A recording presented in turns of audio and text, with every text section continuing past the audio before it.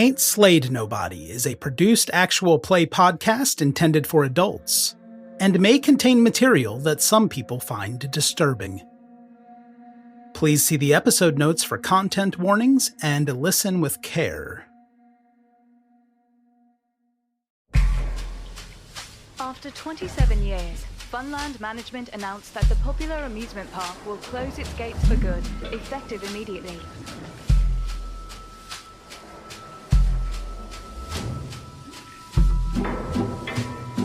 Mr. Fun's Big Twister has made its last run around the Funland amusement park. Following a year marked by scandal. Our innocence was such a gift. We traded it to feel it charm. In a press release, the owners of Funland denied any responsibility for These horrific crimes. Holy curse was set in place. We honor it without regard.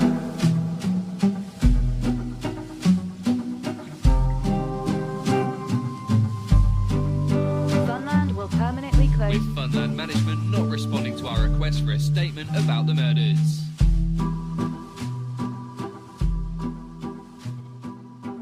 Kevin was running for the tunnel. It's not far away. Yeah, there's a first aid stand nearby, so I'm just going to kind of slink behind that. I know there are doors that lead down to the corridor. Yeah, there is. I mean, the door is pretty rusted, and as you open it up, there is a horrible screeching sound. But, oh God, speaking of horrible sounds. Oh, there we go. Horrible screeching. Yes, Chaos, I love you. So you pull the door open, and it creaks or screeches with these rusty hinges. And you can hear the dripping of water down below at the bottom of these concrete steps. But one thing you can see is that from down there, you can see the flickering of some kind of light down there. That doesn't make any sense since there's no electricity, but the dripping does because there was exposed plumbing down there. But I think that Kevin will turn on the flashlight on his cell phone and kind of slowly step down the stairs. Okay, yeah, you make your way down probably fairly carefully because it's all a bit mossy and slimy. But you make your way down to the tunnel. I mean, the tunnel is a fairly unadorned thing. It's designed for function rather than aesthetics, and it's just bare concrete walls. But you can see that all the way down the straight length of the tunnel that there are little flickering lights at various places on the edges. And you can also see that, it's like there are alcoves that you don't remember here, which is where these flickering lights are coming from. Kevin, if possible, is going to try to convince himself that this was some kind of emergency lighting system that he just had never seen activated. Maybe. So I think he's going to keep going, but try to ignore the alcoves and the lights if possible. Okay, you head down, and there is, there's about an inch of water on the ground, so you're splashing your way down there. And as you pass the first alcove, you try not to look, but from the corner of your eye, you see that, this seems to have been chipped out of the wall, and there is, there's a candle in there, and there seems to be other stuff as well. The lit candle is probably too tempting to ignore, so I think he is going to kind of peek in for a slightly closer look. Okay, you take a look in there. And there are a few items. There's a child's toy. There's a photograph of a car. There is someone's bracelet that have just been left there like offerings. Some vagrants have moved in here. Someone's living here. This is crazy. So I think he's gonna try to pick up the pace and start heading further down the tunnel, down the corridor. Okay, yeah, you head down, and there are more of these alcoves all the way down. Not all of them are lit. Some of them have got newer candles than others, and some of them the candles are burnt down. But there seems to be something in every one of them. But nothing recognizable, right? Just like belongings in all the alcoves? Yeah, it's just like random selections of stuff. There's all sorts of things. You see a used hypodermic needle in one of them. In another, you can see a pile of cheeseburger wrappers. There are lots of pictures of people and lots of just little kind of personal artifacts, jewelry and toys and pictures and items of clothing. There's a fairly mouldy silk scarf tucked in one of them. One of them has got a little jar with what appears to be about a half dozen human teeth in it. Oh, that's fun. I think at the sight of the human teeth, it's time to sprint to the best he can out of the corridor, or down the corridor toward the exit of the park. Okay, you head down towards the exit, and there, down at the far end, you can see that the corridor is blocked off.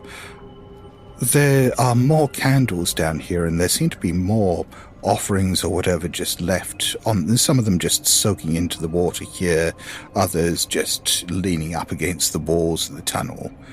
But they're all surrounding what is now this almost plug that is formed by more of this lattice work that you saw upstairs supporting the roller coaster tracks. Can Kevin take the phone out of his pocket? Or he's got the flashlight up, so can he... Yeah. Can he send a text to Ellie that says, "What do you want?" And as you send the text, you hear from somewhere behind you in the corridor the bip-bip of the SMS sound from an old Nokia phone. Oh, of course. Can he walk in that direction? Yeah. And... yeah, you find in one of these alcoves there is an old Nokia phone. Can he look to see if his text message just came through? Yep, every single one of them is on there. Okay. I think Kevin is going to smash the phone. Not his, the Nokia. Yeah, good luck. I was about to say there should be some really hard role involved with smashing a Nokia. Yeah. Throw that thing out of a plane. Or maybe not smash it, but just throw it against the concrete wall. Oh, Yeah. no. Yeah, it sort of bounces and then splashes into the water a bit further down the corridor. Starts ringing. What the fuck? And I think if the other exit is blocked, you said. Yeah, by that lattice work. Okay, so I think trying to tear through that lattice work to get out is going to be Kevin's next idea. Okay, then, yeah, you go down to the end of the corridor where that lattice is. And as I mentioned with the lattice up above, I mean, it's fairly tightly interwoven, but that doesn't mean that it's impossible for you to force your way in. And if that's what you want, if you want to start trying to push the struts aside and force your way inside, you certainly can. There is the fog, the mist you've seen outside seems to be even thicker in there. And you do get the impression of all these eyes watching you from out of the mist. But if you want, you can force your way in there. And in the alcoves, I didn't see any axes or anything that might be helpful here. No. Okay. I think there's no point in going back to the other side of the corridor, so this is like last chance to get out of the park. He's gonna go for it.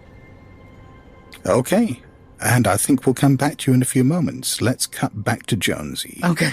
So Jonesy was just speaking to this woman that he'd met in the mist upstairs, up in the main park, by the petting zoo. This woman with long grey hair and an almost beatific smile, who was giving you encouraging words, telling you that no one really dies here. What do you mean no one dies here? What are you talking about? This is a place of healing.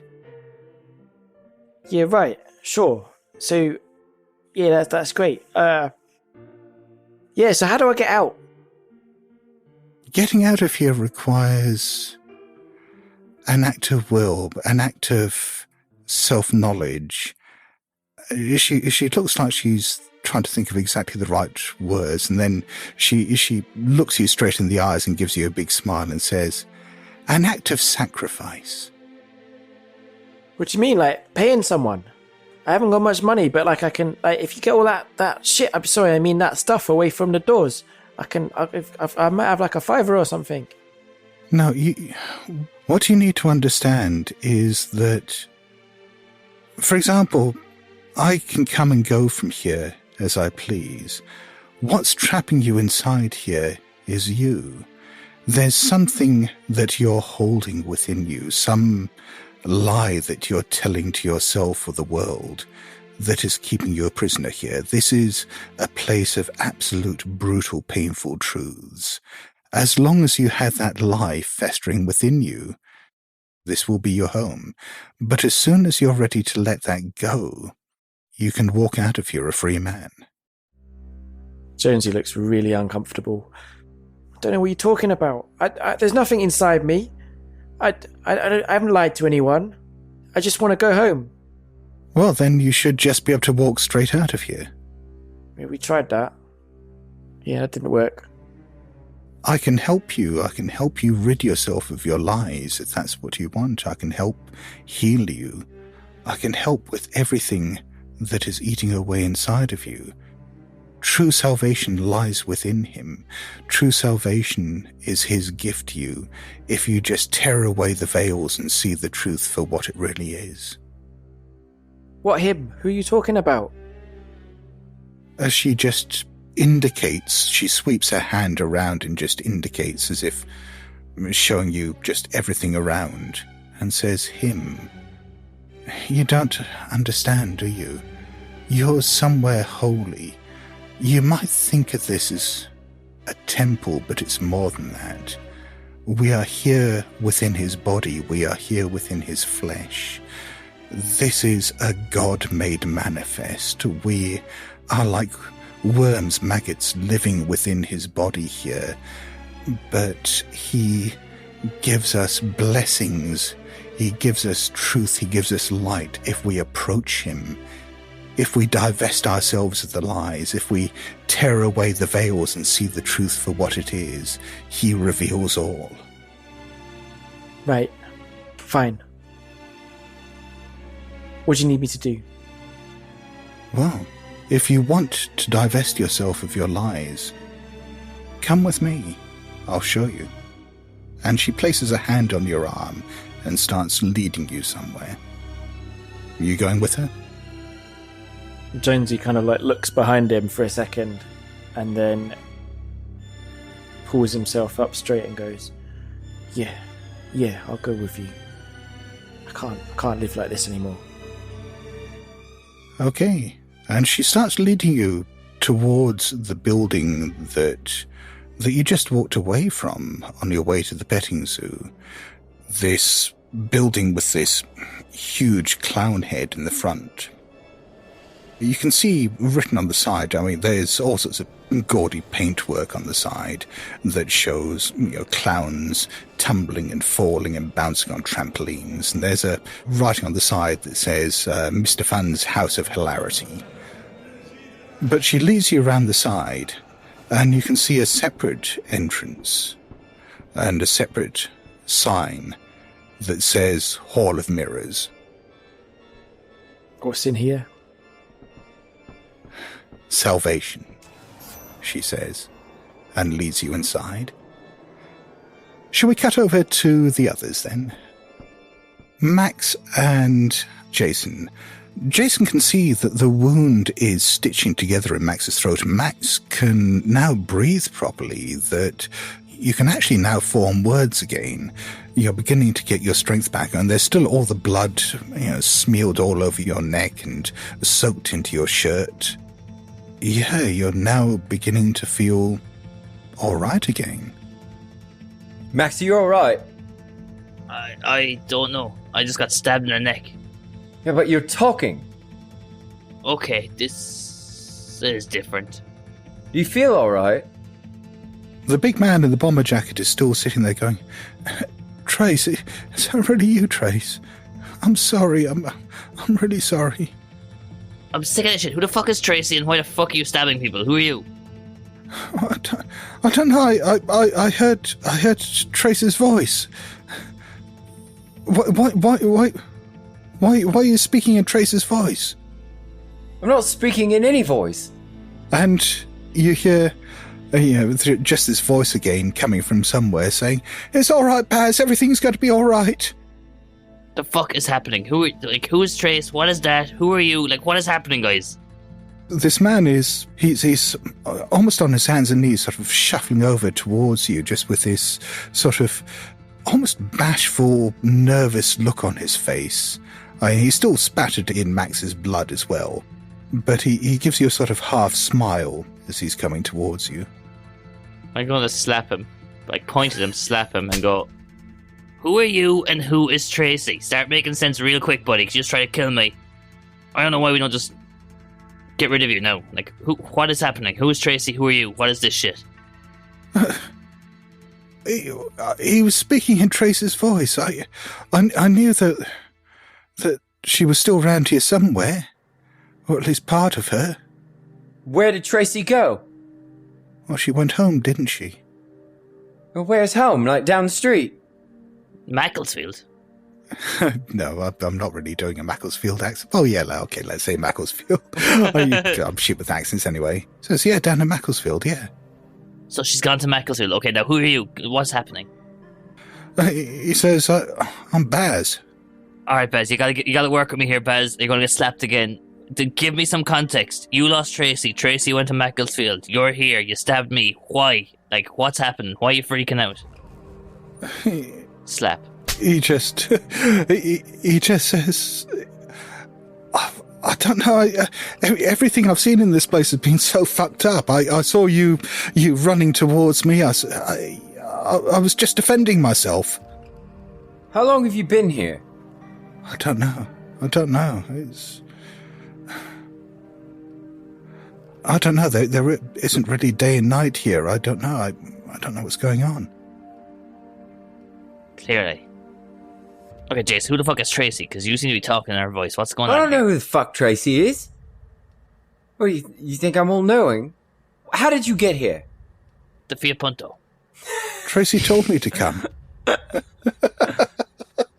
He says, well, Trace told me I had to come here. I had to see something here, and she brought me here, and then she left, and I couldn't get out of here, and that stupid bloody woman keeps going on about fucking mirrors, and I don't know what any of that shit means, and... Who keeps going on about mirrors? That woman, the one who calls herself a priestess. It's a church thing. I don't like church things. It makes sense.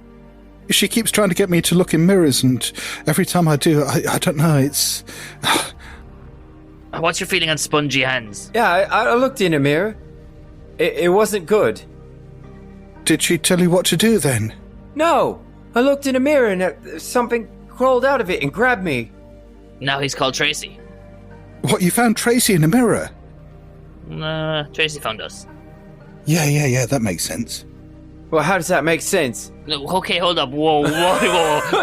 We skipped 7 steps there between making sense and Tracy found us. Start filling the blanks here, Baz, for us. If you could connect the dots for us, that'd be great. Tracy was here, but not all of her was here. I mean, some of her left, and some of it was still here in a mirror, and you found that bit, and what did you let her out of the mirror? Way more questions now. How did some of her leave? That all makes sense. Through the front door. What front door? Well, that's the problem, isn't it? Yes, it is! Okay, so it makes sense. She left through the front gate and then exited the mirror. Again, many dots are not connected here. Lots of questions still. Look, you got to go. You got to go and see that priestess woman. If you want to understand any of this shit, I don't know. She keeps trying to tell me about stuff, and last time she tried to explain it to me, I just lost my temper and I lamped her, and I don't think she's speaking to me now. Yeah, it seems pretty in character to you. It feels like you can talk to more than just a priestess, buddy. What was Tracy's feelings toward her? Had she any dealings with her? Well, I don't know. I get the impression, I get the feeling that she and Tracy are mates, aren't they? Okay. Have you done, are you familiar with the concept of connecting dots? What the fuck gives you that idea that anything here makes sense? No, look, we think you're an idiot. We just want to know, you're a tape recorder, what did she say that multiple times you didn't make sense? Give me a gist. Like a direct quote. Take a left at the hot dog stand, anything here. Give us something to work with, buddy, because I'm going to start slapping you again. You want to talk to her? I've seen her down at the petting zoo, all right? And I think she lives in the Tunnel of Love, but she always keeps that locked up. Yeah, I don't know. She scares me. Oh, can you take us to her? Fuck no. Why the fuck not? Okay, Baz. Because she's going to try to make me look in the mirror again. Baz, I've got a right mind to try and make you look in all the mirrors right now. Help us help you. You're really not working with us here, buddy. I'm not scared of you making me look in the mirror, just her. Slap.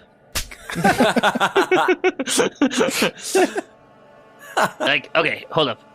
Okay, so first of all, Stabby McStabberson here, Jace, has got, what do we do with him? Should we tie him up? Because, for all I know, he's out here burying bodies. I don't know, man. You want to tie him up, but he stabbed you and you healed yourself, and he's talking about looking in mirrors, and my last encounter with mirror was fucked.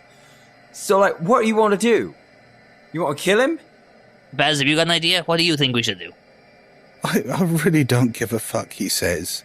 And he starts getting up to his feet and just walking over to where the fire's burning in the Dodgem car and warming his hands over it. I mean, fuck it. The priestess at least seems to know how to get out the front door, because Tracy got out and came back through mirror people. What's the worst that happens? Well, we come back as mirror people and then possess other people. You want to walk over to the Tunnel of Love? Okay, yeah, you make a good point. Baz, if that happens, we're mirror haunting the fuck out of you. Oh, I will haunt your dreams. You hear again that woman's voice coming out of Jason's mouth saying, "Don't listen to them, Baz, everything's going to be all right." Okay, Tracy, what the fuck's going on? But don't listen to them, Baz. I'm going to punch Baz.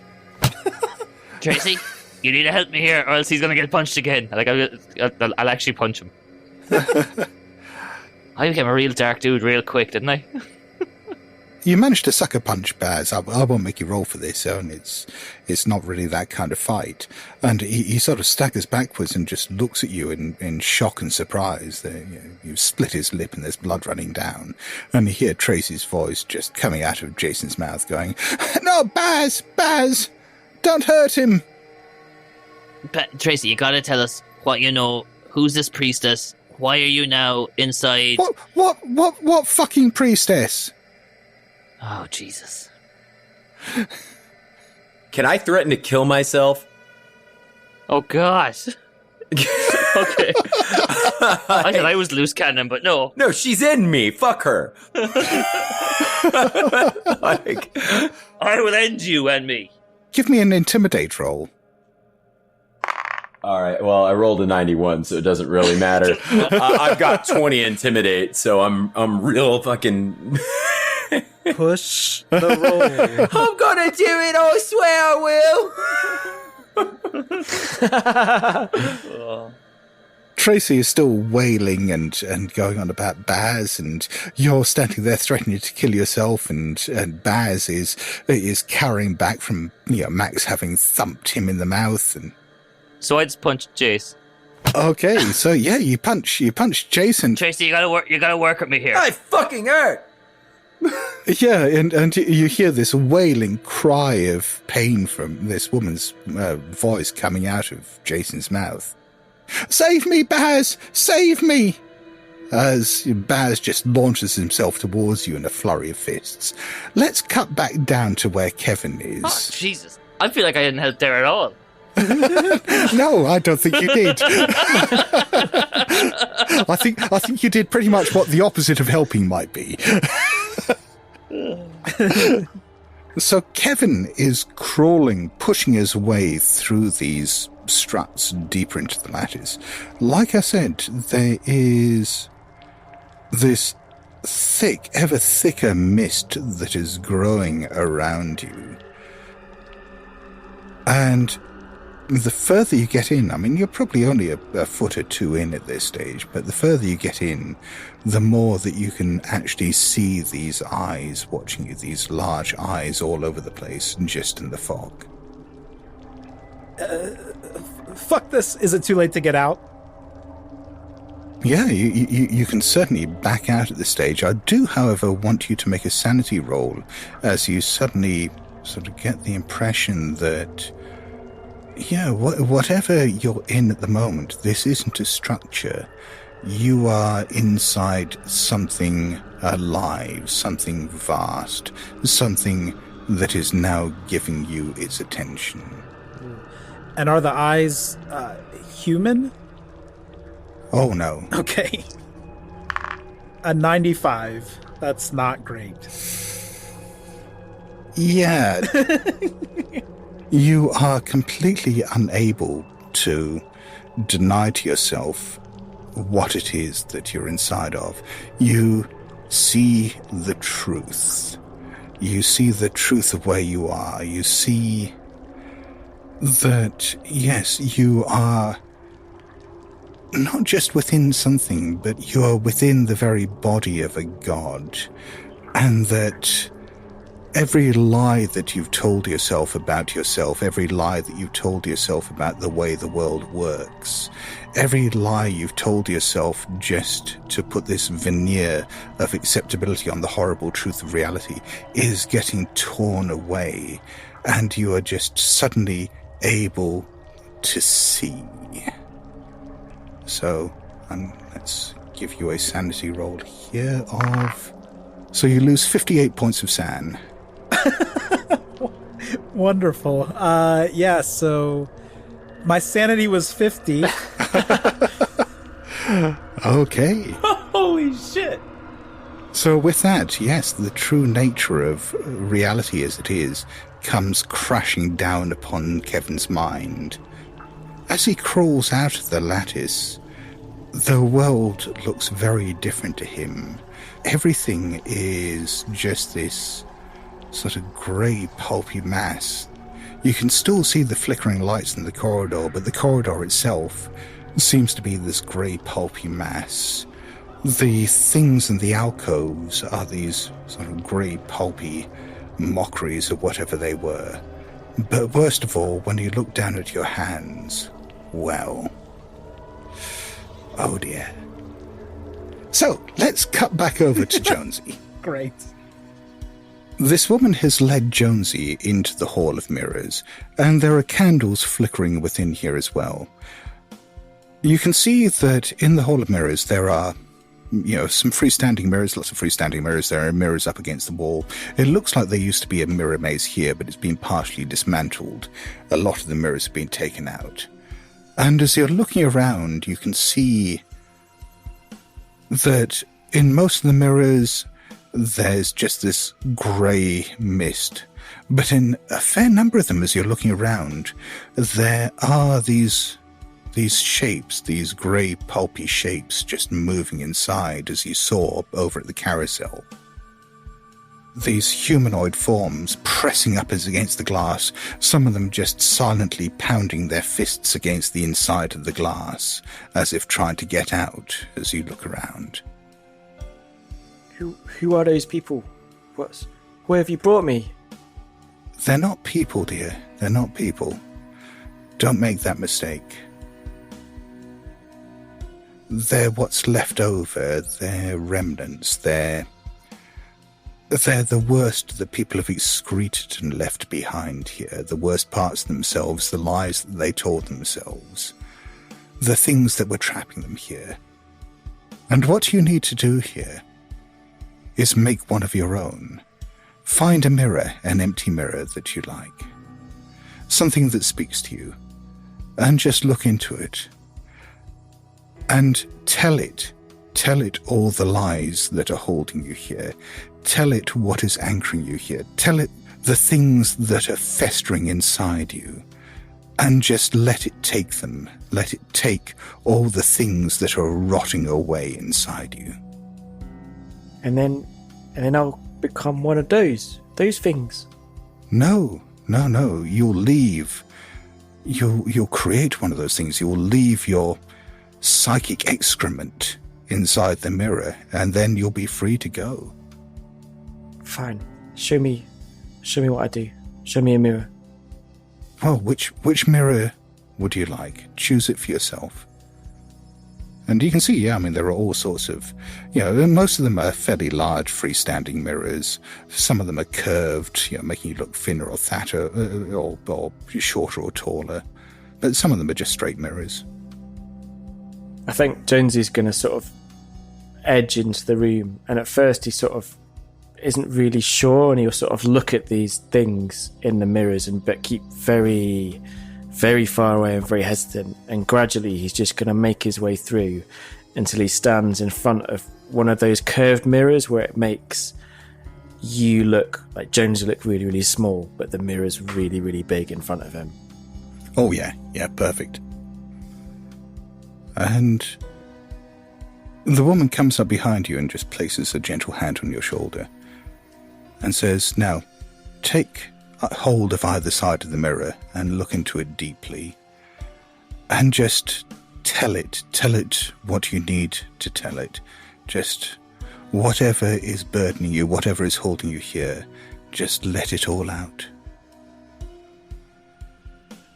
So he's going to approach the mirror really close, and he's going to look into it and go, right, I'm Jonesy. No, I'm Chris Jones, and I'm here because I killed my little brother. The woman just strokes your hair gently and says, carry on. It wasn't my fault. No, it was my fault. We were by the weir. You know where all those rocks are there. It wasn't difficult. I didn't think it was difficult. I thought he'd be able to do it. He's always been so scared. I thought you should be able to do what I can do. And then you'd be able to stand up to people and be like a man. Rather than always being scared. So I made him do it. I made him cross those stones. I didn't think he would fall. That wasn't my fault. Shouldn't... No, that's not right. It was my fault. I should never have made him do it. And then he slipped. And I should have helped him straight away, but I didn't. I thought he'd be all right. I thought he needed to get strong like me. And then he went under. It was too late. And I went in and I tried to save him. I tried everything. And that's when Max came along and he saw me trying to help. And we got Danny out, but it was too late. It was too late.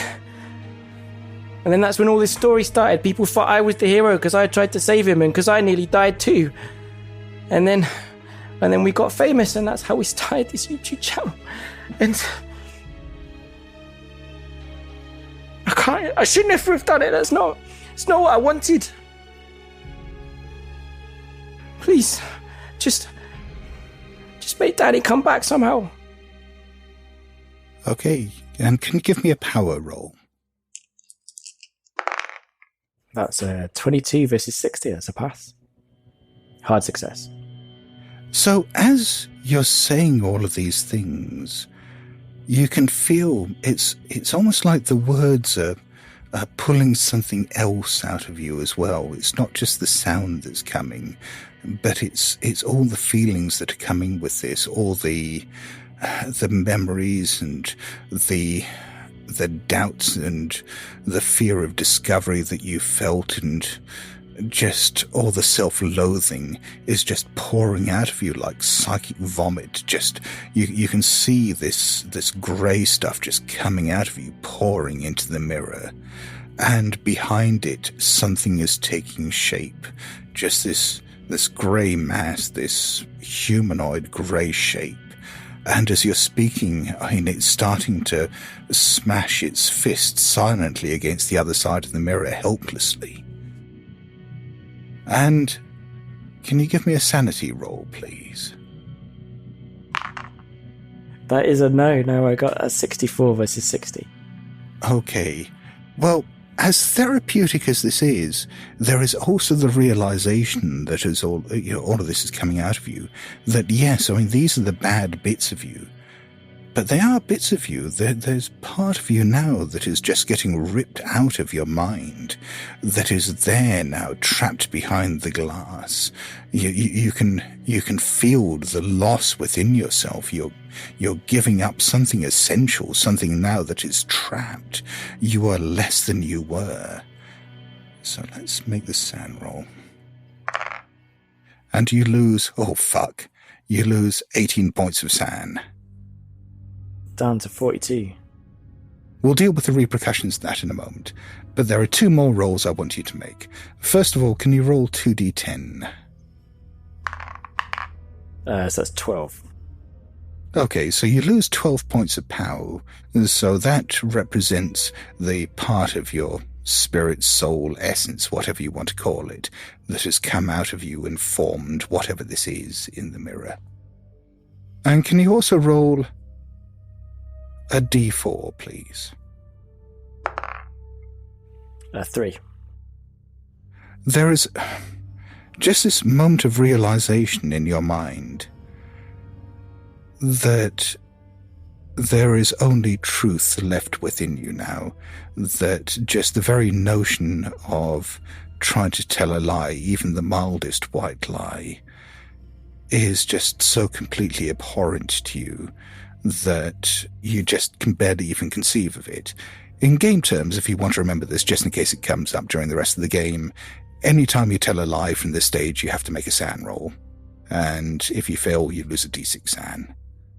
I imagine like Jonesy just like falls to his knees and just starts sobbing in, I guess, both cathartic relief but also mourning for what he's lost.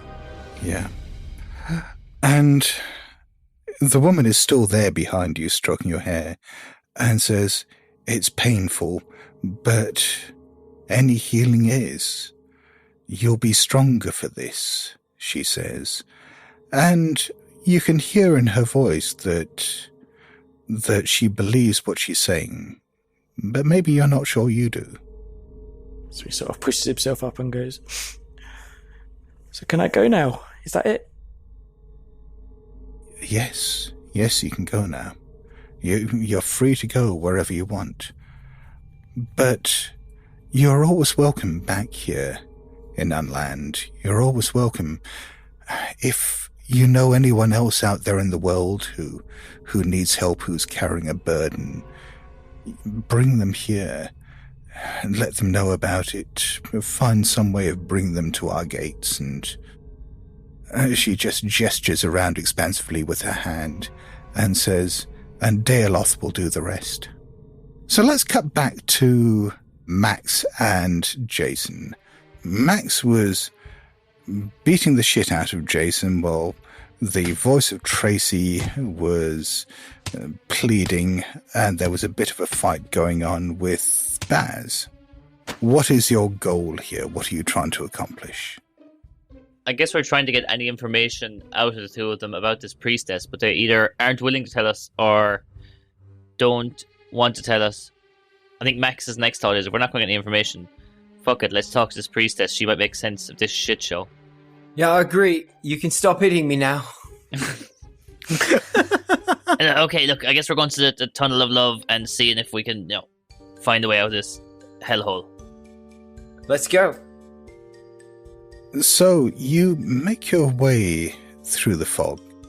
I mean, you have seen the maps of Funland, so you can possibly try to find your way there. Just if you can get your bearings. I don't think a navigate roll is really appropriate here, because this is much easier than just navigating. This is just sort of remembering which direction you're heading in. One of you can make an intelligence roll if you'd like, just to see whether you can remember from the map where you should be going.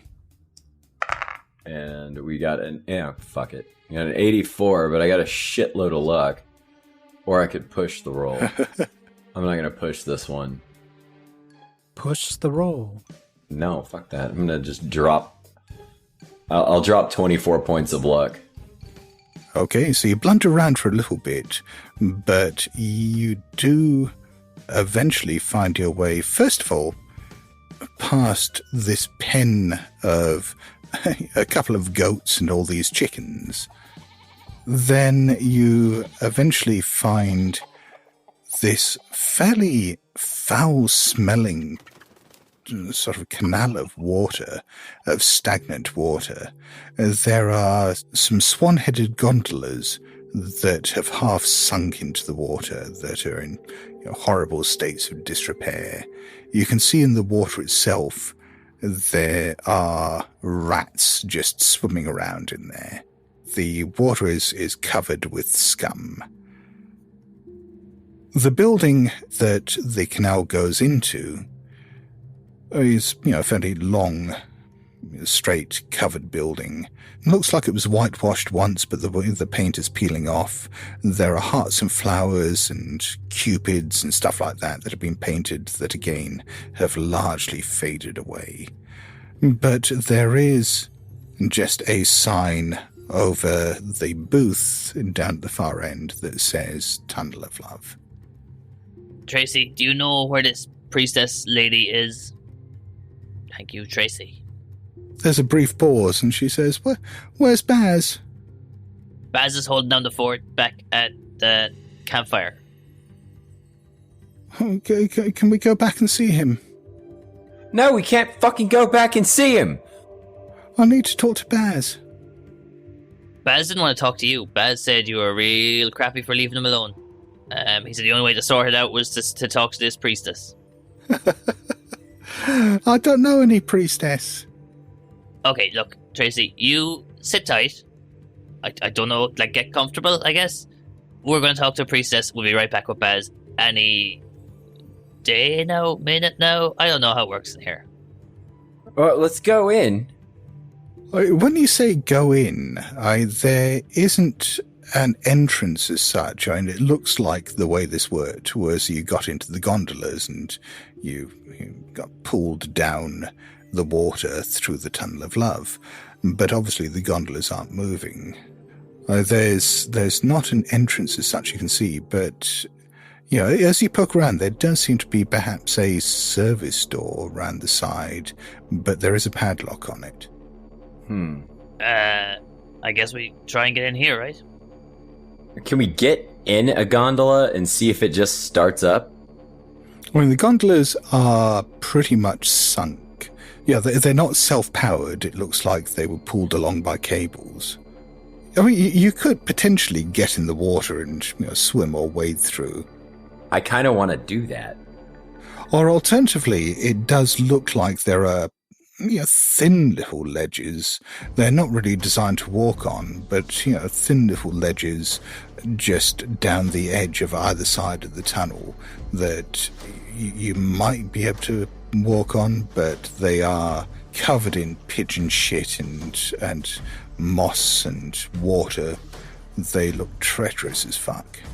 Oh, Max, look at that. You've climbed much worse. You want to walk along this? They don't look like they're built for walking, but looks like they're built for parkour. That's right. I'm Max Styles, welcome to Solo Styles. Okay. Wait, hold up. What do you reckon we can break this lock? I mean, I assume we're still carrying the tripod as our only weapon. Why don't we just hit it yeet it real hard, this fucking tripod? Alright, we'll give it a shot. I'm fine with that. Yeah, I'm gonna try and break the lock first, though. Okay. By the way, as you're gearing up to do this, each of you give me a listen roll. I rolled a 97. Yeah, fail. Okay. narrating everything I'm doing to the GoPro on my chest just to kind of document the whole thing. In the off chance we can make some money out of this thing. Considering this is a completely passive thing, I won't do anything nasty for a fumble. But yeah, so you don't hear anything. You're going to go ahead and try to smash the lock off the door using the tripod, are you? Yeah, so like from a 12 to 6, like swinging downward motion to try and just knock the lock off the hook of the lock, I guess. Okay, this is fairly sturdy, so I think I do want a strength roll. I rolled a 19. Yes, you did. It's a hard success. So yeah, you smash and smash a few times, and then eventually, yeah, you knock the mounting off, and yeah, you can get the door open that way. Look, let's check in here, see if we can turn on this ride, and at least light the place up, or do something. Maybe the priestess lives in here. She hardly lives in the water. Hello, priestess. Are you in there? Your Grace. So as Jonesy and the woman are coming out of the Hall of Mirrors, I mean, Jonesy is still pretty much in a fugue state at this stage. I think, though you've just had a brush with absolute reality, at this stage, at the same time, nothing feels very real.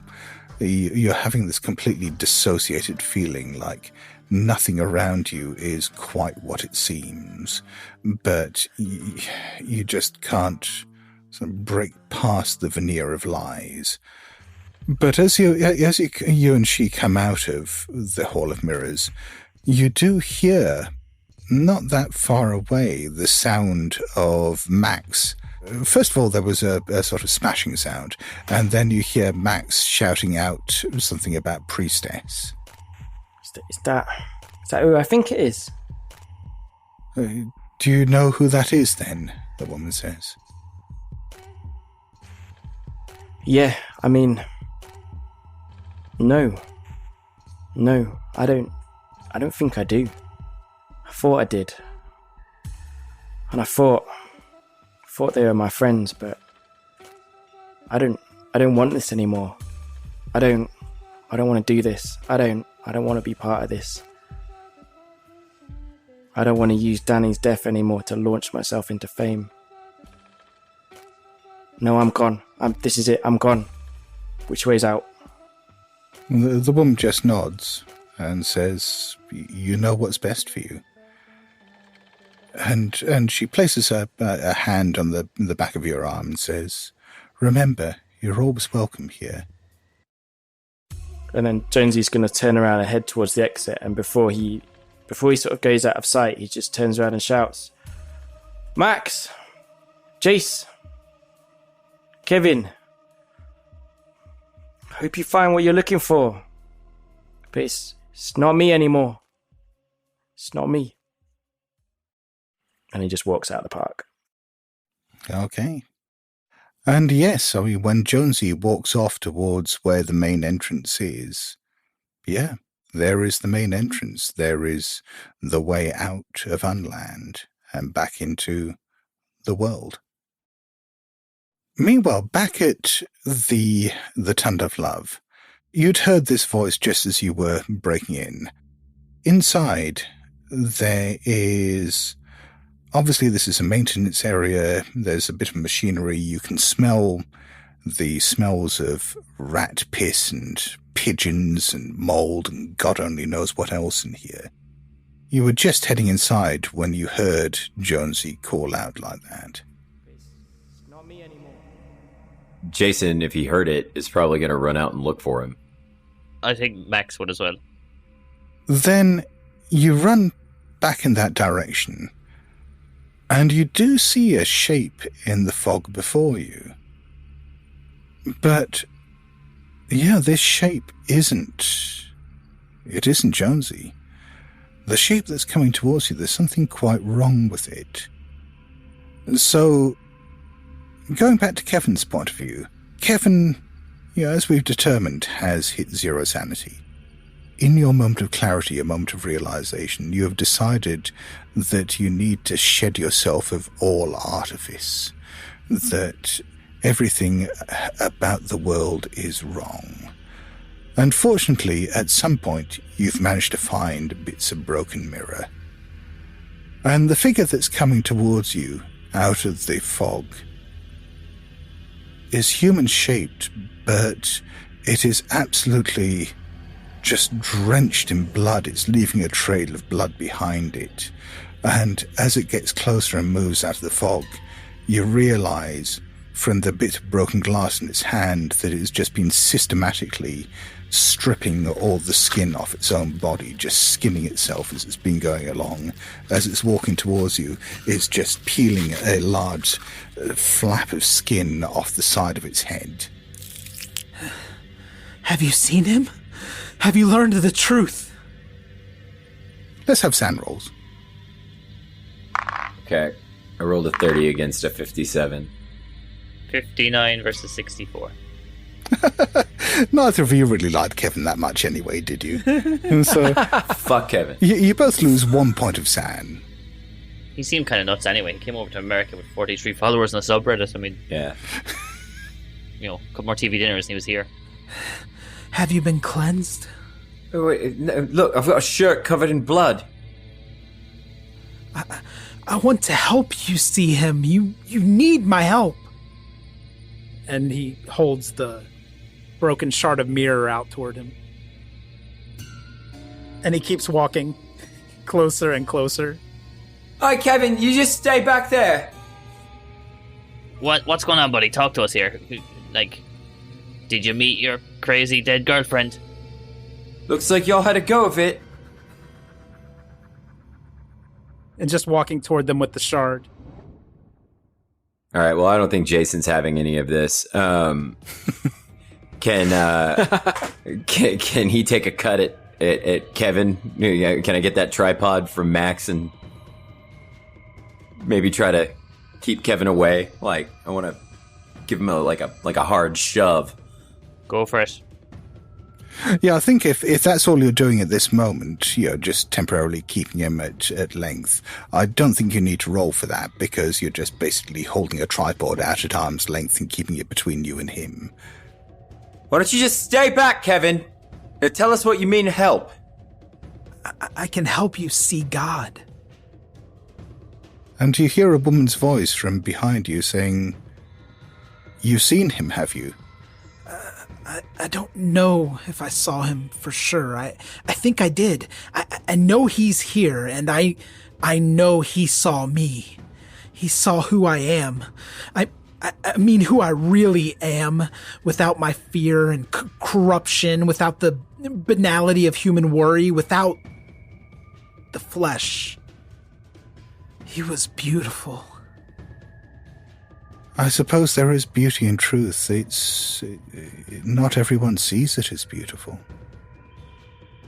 And yeah, the two of you can see this woman coming out of the fog from a slightly different direction.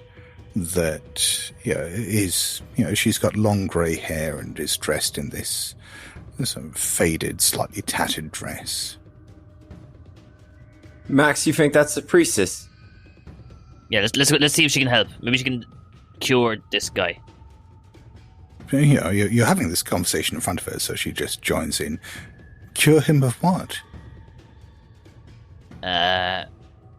Being fucked up. He's taking his skin off. Your friend has had a revelation. Maybe he has not dealt with it as most would, but this is his truth. Well, yeah. What do you mean truth? I can see... Look, like I said, he was only a few steps away from this anyway, but what are you talking about? What is this truth? He has seen something wonderful, something marvelous, and this is the truth that he now perceives. Who are we to take that away from him? And Kevin is more aggressively taking his own skin off. You said it's the truth he perceives. It's not the truth. So, surely you cure him to see the truth. We all have our own paths to the truth, our own ways of dealing with it when we find it. Maybe this will be your truth as well. I doubt it, though. No, my truth's back in Edgware in North London. Any chance you can help me get there? I need to get out of this goddamn park and leave this freaky shit behind me. What he said. You came here with your friend Jones? Is that right? Yeah. He's not much of a friend at the moment, though, is he? Well, he's found a truth as well. He's left. Oh, he left? Yes. You hear that? Maxie left us. How did he leave? We couldn't leave. He told us we couldn't leave. He left his lies here. He left the things that were holding him behind here. And the doorway was open to him again. Okay, so you can help us leave? Yes. You can see, as she's having this conversation, she's moving around towards the entrance of the Tunnel of Love. And you can see this moment of kind of shock or irritation cross her face when she sees that the door's been forced, and sort of hurriedly goes over and starts trying to seal it all up again. And just muttering to herself. Oh, right, we broke that. Oh, yeah, but he broke that. I suppose I appreciate your honesty, but you must not desecrate holy sites. We were told the priestess was there. We were looking for the priestess to help us with our troubles. Well, that would be me. Baz told us you were controlling the Tunnel of Love, so we thought that was the control room. She, again, looks a bit uncomfortable for a moment and says, well, Baz is a very troubled man. I've been trying to help him for a long time now, but he's too consumed by fear and anger. He refuses to let go of what's holding him here. I hope that you're not going to be so silly. Are you ready to make the sacrifices you need in order to leave this place? I just want to get the fuck out of here, yes. Yes, whatever we need to do. In which case, she says, well, come with me then. But obviously, Kevin is still here in his newly transformed state of mind. How is Kevin reacting to all of this? What's he doing? He's just continued to peel every little bit of skin that he can get off his own body. And he really feels strongly that he can help Max and Jason. So maybe he'll ask the priestess, I can help them. Should I? As admirable as your intentions are, this is their sacrifice to make. You can't make it for them.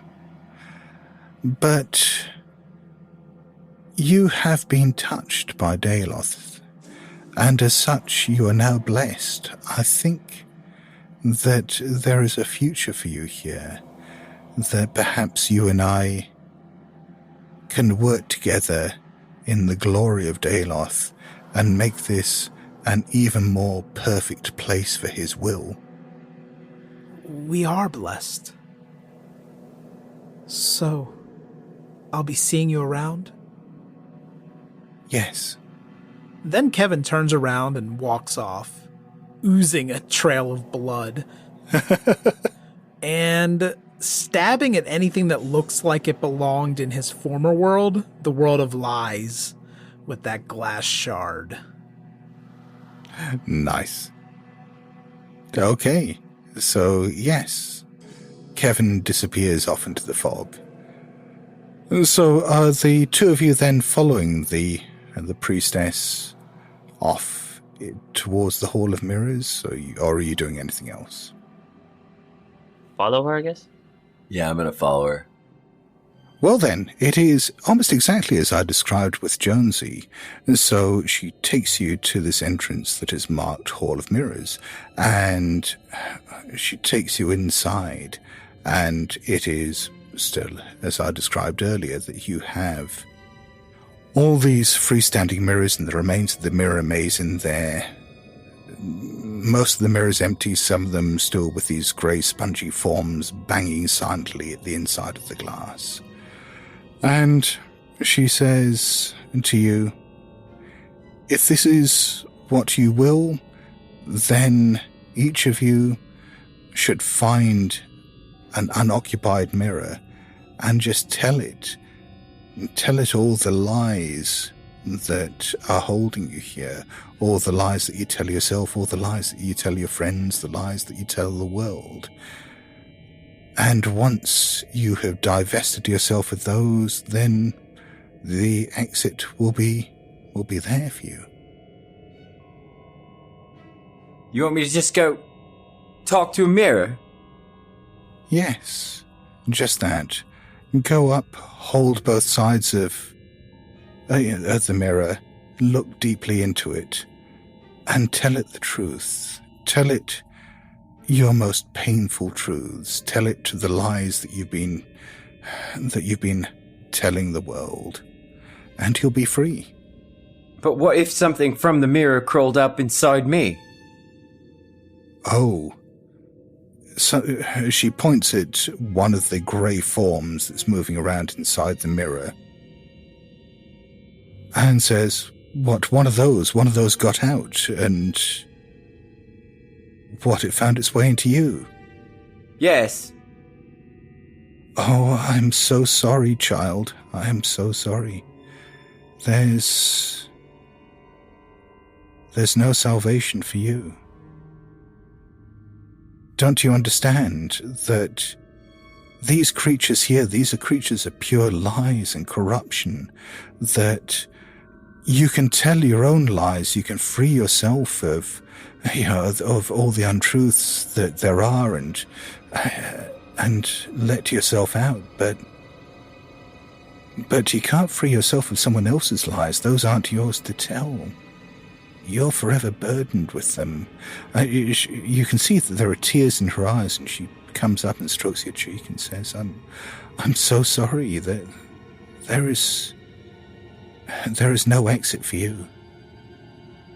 All right, this really, really pisses Jason off. I think actually this may be sanity roll territory as you suddenly realize what's happened to you. Yeah, that's totally fair. 56. How the hell did I keep sane? You're only going to lose 8 points. Okay. Well, you only lose 1 point of sand because I rolled a d10 and I rolled a 1. I got fortitude, man.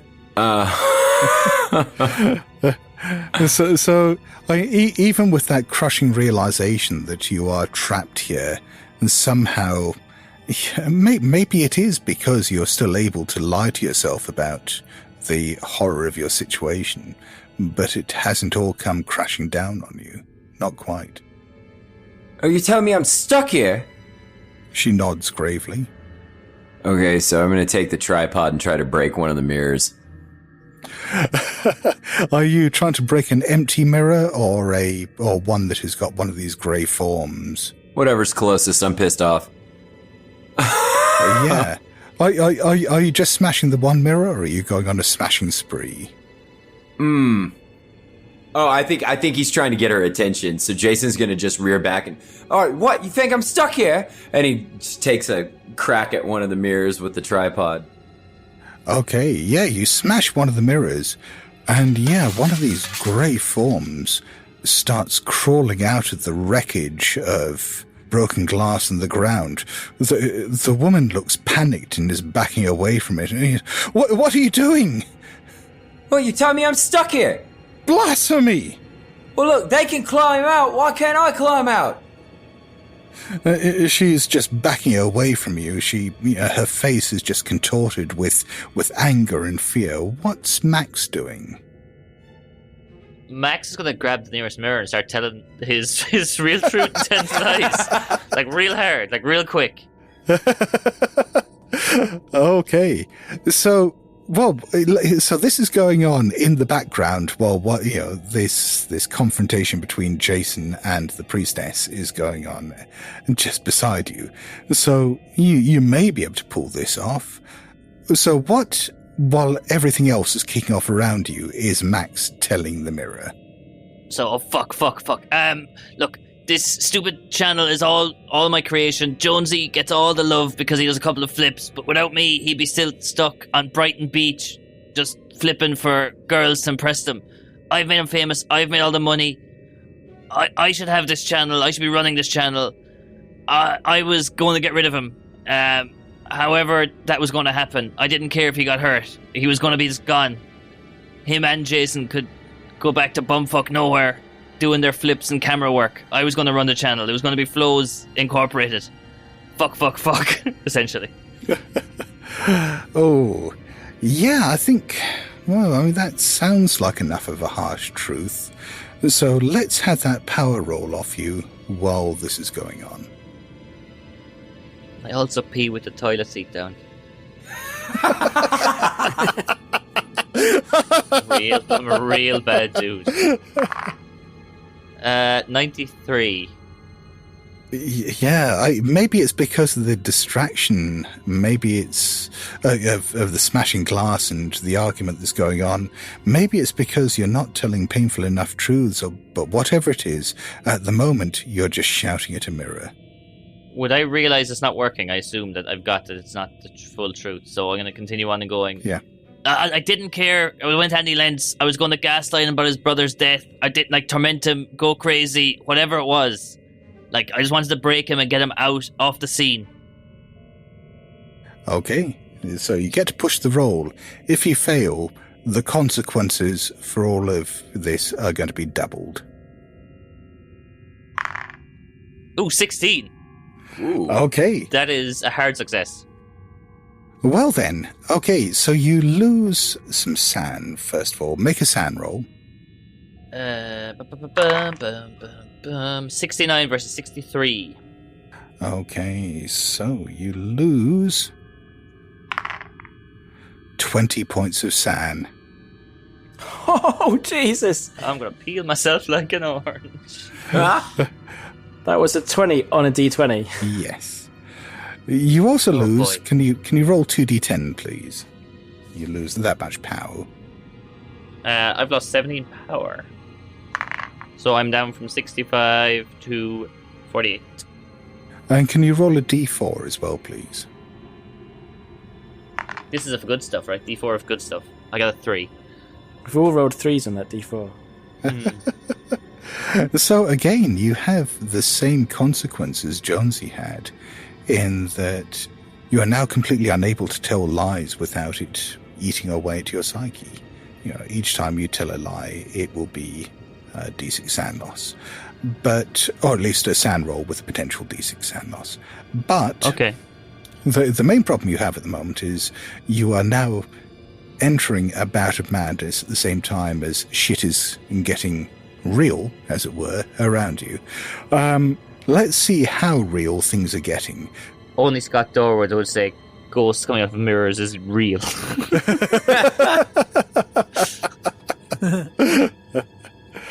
Oh, they're nothing so wholesome as ghosts. So, this spongy grey form has forced its way out of the glass and is staggering around the room.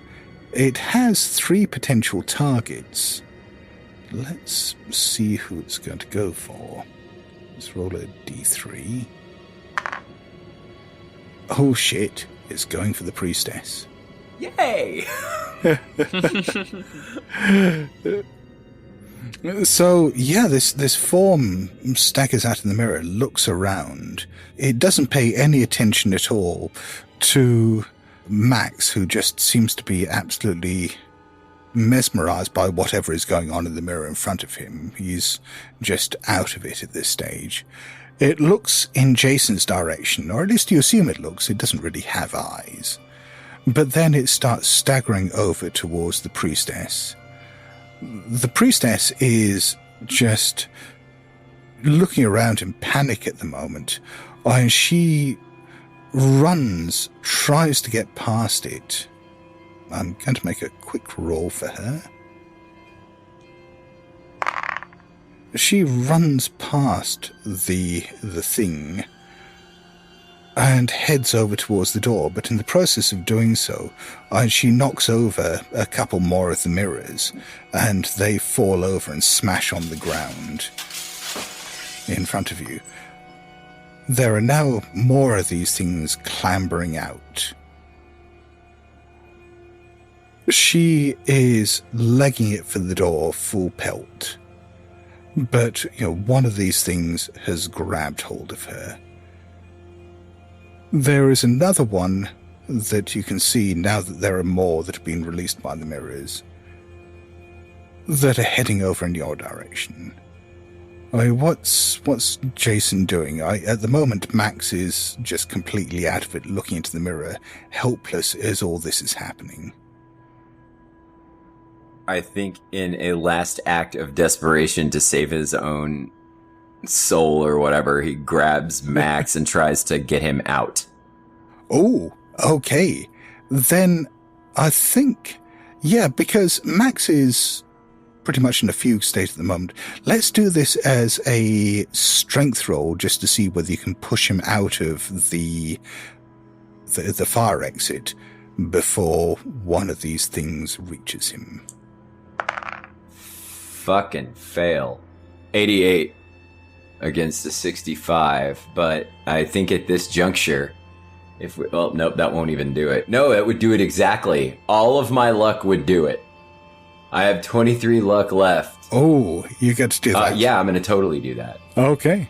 So you're going to spend every last point of luck on saving your friend, pushing him out of the fire door as these things close in on you. Max feels like a real asshole. And so, Max, just coming out of his fugue state, staggers backwards and sees the fire doors closing behind him in the mist, and sees all these grey spongy forms just closing in on Jason, grabbing hold of him and just being absorbed into his flesh. And then the doors close. I guess Max will stand up, look down at the GoPro strapped to his chest or head, wherever we said it was. Both, let's say both. Multiple angles. Yeah. Realise what's happened.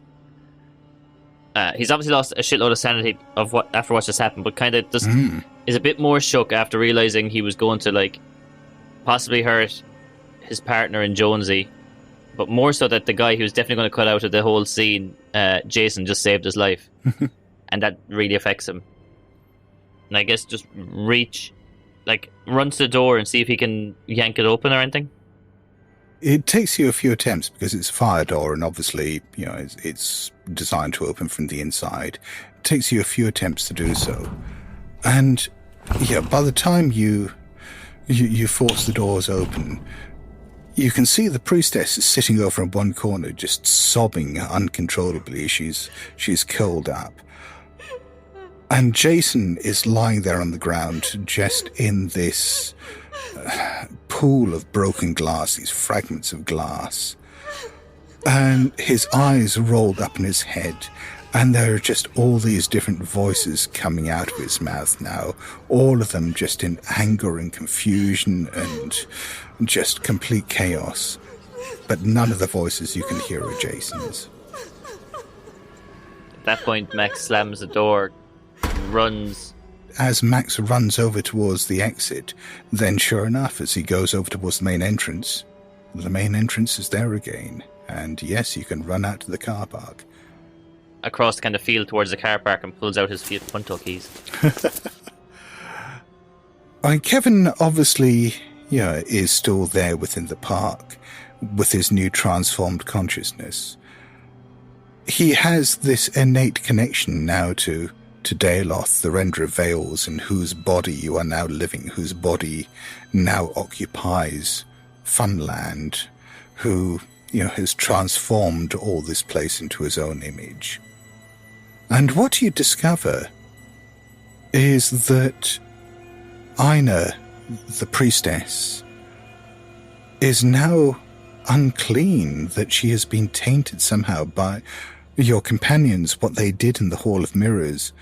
She is now soiled, that she is now no longer able to be the living manifestation of truth that Daeloth requires.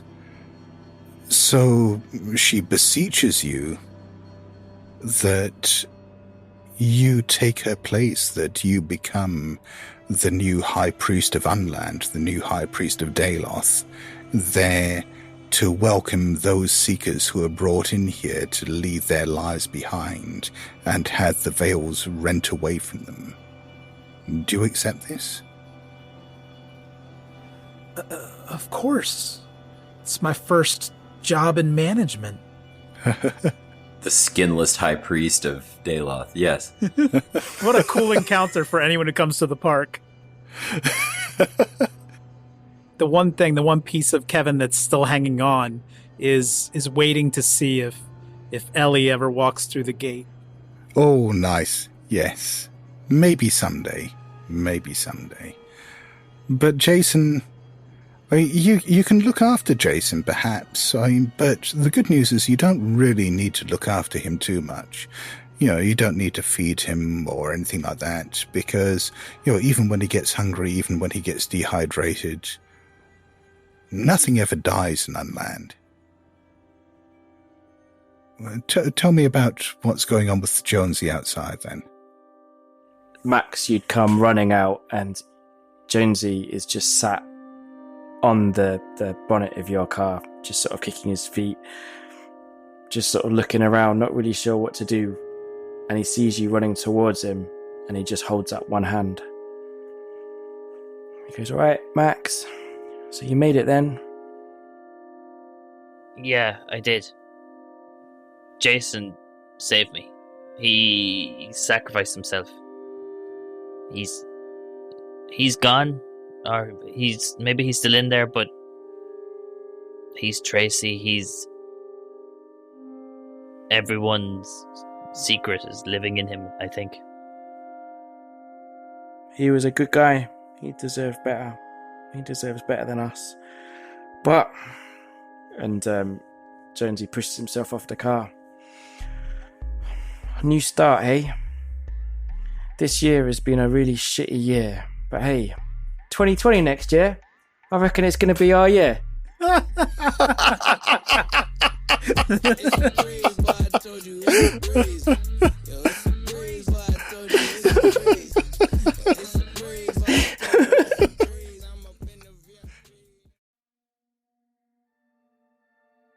You are listening to Ain't Slayed Nobody. For ad-free episodes, heaps of bonus content, and special programming, please join our Patreon posse at patreon.com/ain'tslayed. Or subscribe to Ain't Slayed Nobody Plus at Apple Podcasts. See the show notes for full credits, and help us grow by posting friendly reviews and spreading the word to your friends and followers. Thank you, and good luck out there.